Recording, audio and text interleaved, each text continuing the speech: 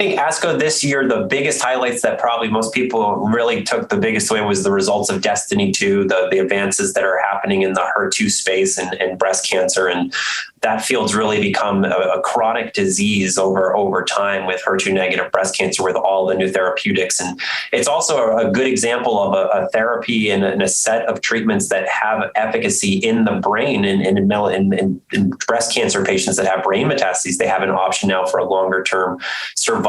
And part of that's because the therapies themselves can activate or get access to the brain, or the small molecules that do the same job, like tucatinib, can get inside of the brain.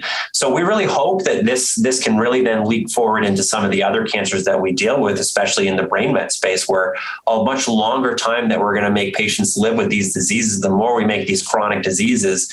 One, that's a fantastic thing, leap forward that we're making in oncology, but it's also going to cause there to be a whole lot more patients that develop brain metastases. So it's going to be important to look at the benefits and the detriments of these successes and plan for them. And having a plan in place like these newer agents that can have a role in the brain that can help to work in synergy with other therapies is going to become vitally important.